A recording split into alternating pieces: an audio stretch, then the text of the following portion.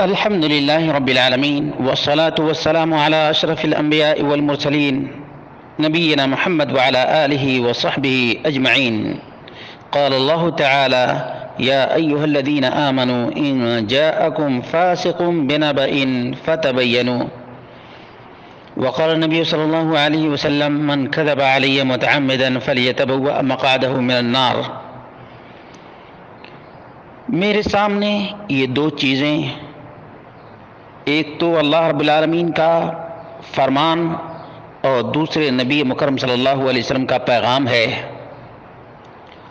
ان دونوں چیزوں کی بنیاد پر میں نے جو بات پوچھی گئی تھی اس کی تحقیق پیش کی.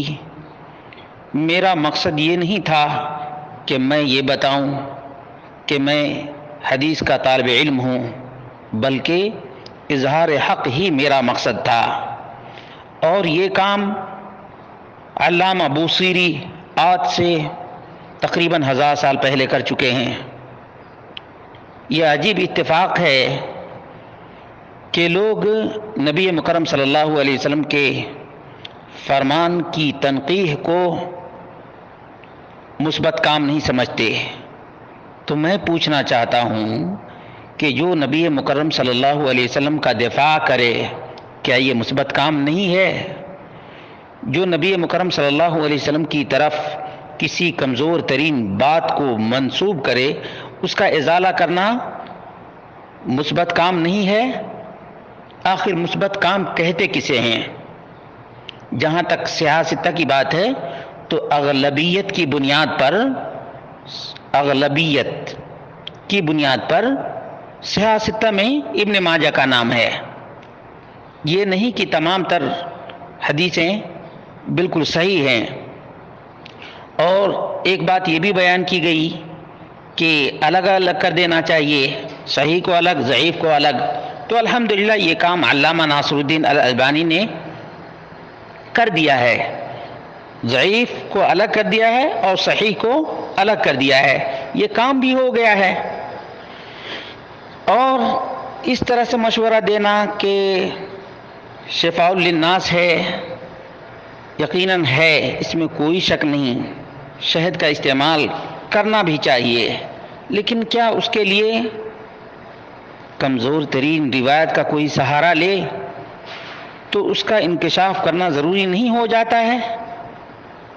کہ ایک آدمی بغیر سند کے یہ کہہ دے کہ ابن ماجہ میں ہے. ابن ماجہ نے تو پوری سند بیان کر دی ہے، لیکن ہم بیان کریں کہ ابن ماجہ میں یہ روایت ہے تو ہمارے اوپر لازم ہے کہ ہم واضح کر دیں کہ یہ ابن ماجہ میں تو ہے، لیکن سند ضعیف ہے یا صحیح ہے، یہ بتانا بہت ہی ضروری ہے. بہرحال ہم یہ سمجھتے ہیں کہ اللہ رب العالمین کا فضل و کرم ہے. جس قدر مثبت انداز میں اہل حدیث لوگوں نے اب تک دنیا کے سامنے اسلام کا پیغام پہنچایا ہے، شاید کسی اور کے اندر یہ دمخم نہیں ہے. میں اس لیے نہیں کہتا کہ میں اہل حدیث ہوں، بلکہ اس لیے بھی کہتا ہوں کہ ہمارے کام قرآن کریم کے دفاع میں دیکھ لیں یا نبی مکرم صلی اللہ علیہ وسلم کے سنت کے دفاع میں دیکھ لیں. الحمدللہ اللہ رب العالمین کا فضل و کرم ہے کہ جماعت اہل حدیث کو یہ شرف اور یہ فضل و منزلت حاصل ہے.